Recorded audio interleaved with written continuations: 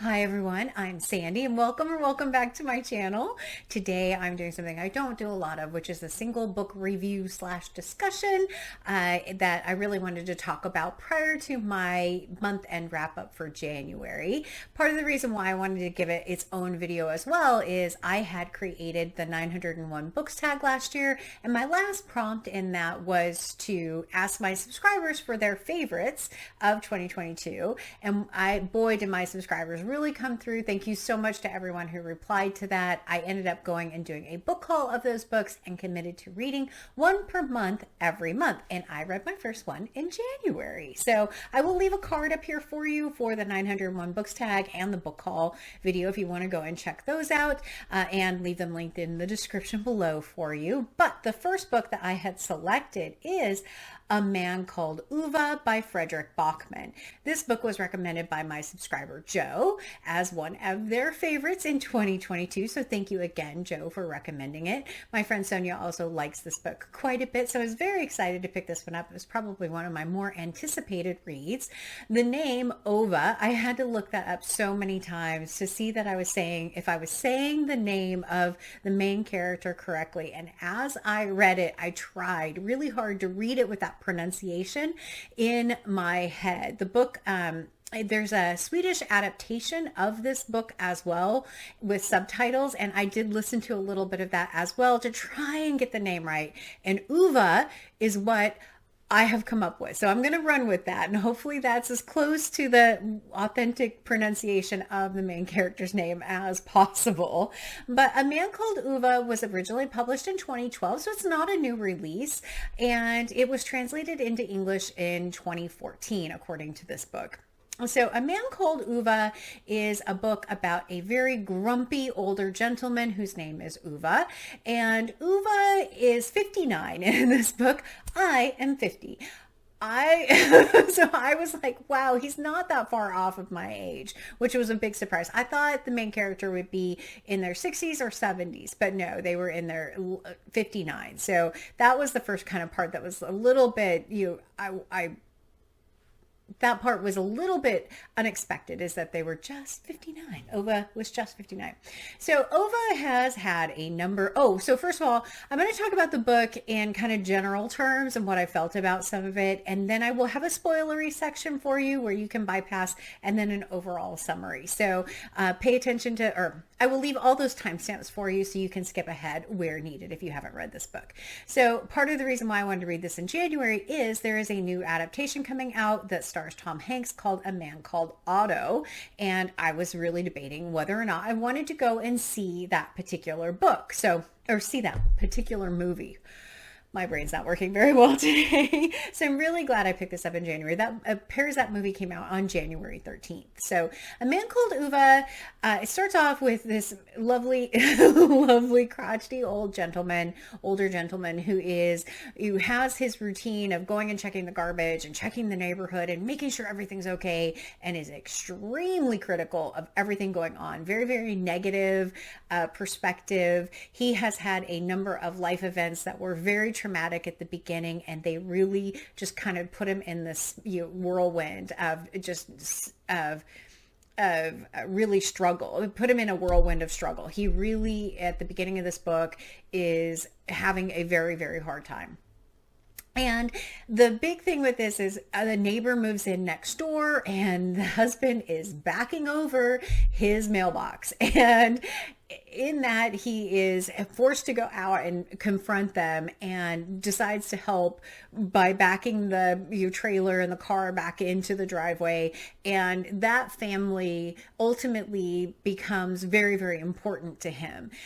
Kicking and screaming kind of that they become important to him, but they take an interest in Ove and ask for his help in repairing things, and repairing a radiator and doing all kinds of things around the house. It really is a story of found family and how you can make a difference, how you can really influence someone's life or be impactful in someone's life by just showing up, asking questions, and showing an interest. And so that part of the story I thought was really, really great. I love that found family aspect of it, and just how they had to pull him into that environment. And that part of the story was truly, truly lovely. My issues with it, though, So this will be spoilery, so I'll put the timestamp in.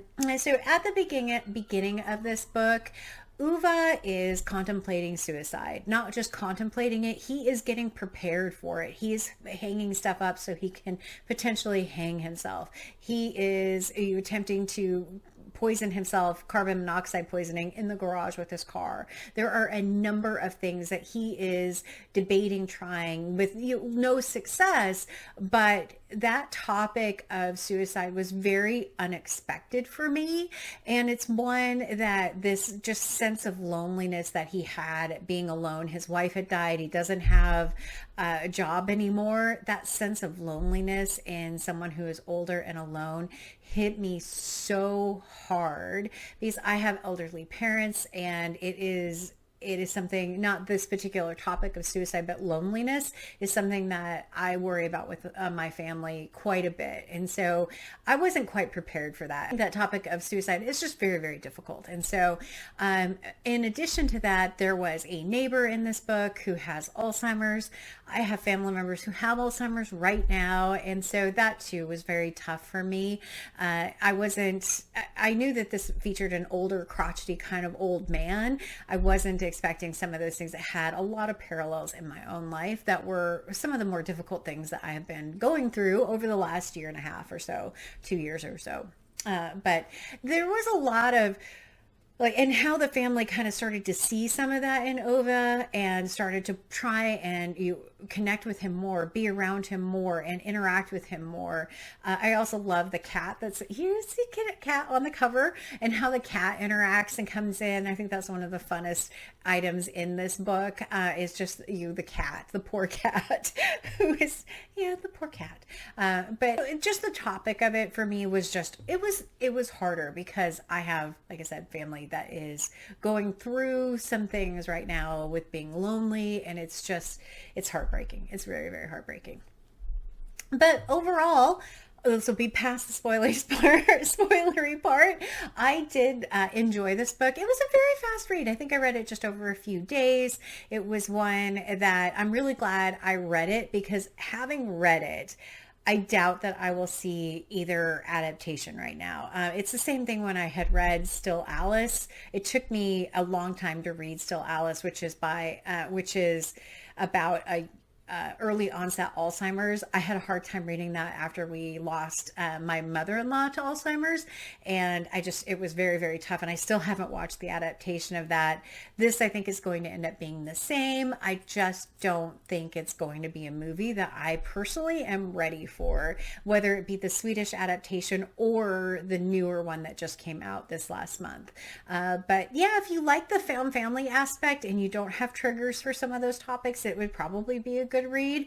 I ended up kind of giving it a middle of the road score. Maybe if I reread it at some point when I wasn't so close to some of the topics of old age and loneliness, that it might be a little bit different. I really did feel for Ove, and just how he was always a difficult character, but in the end, it just was. It was a bit much for my current mental state. But A Man Called Ove, the first of many subscriber favorite reads for this year. I'm really excited to go on to the next one, which has turned into a buddy read, a group read. So that should be fun. I'll talk about that in my February TBR video. But A Man Called Ove by Fredrik Backman. A single book review. Yay! Please let me know in the comments below if you've read this, what you thought of it, what you thought of kind of some of the issues I had with this particular topic. I'm really curious about that. And yeah, just curious in general. Are you going to watch either of the adaptations of A Man Called Ove? And really excited to hear what you have to say. But as always, like, comment, and subscribe. And until next time, everyone, thanks. Bye.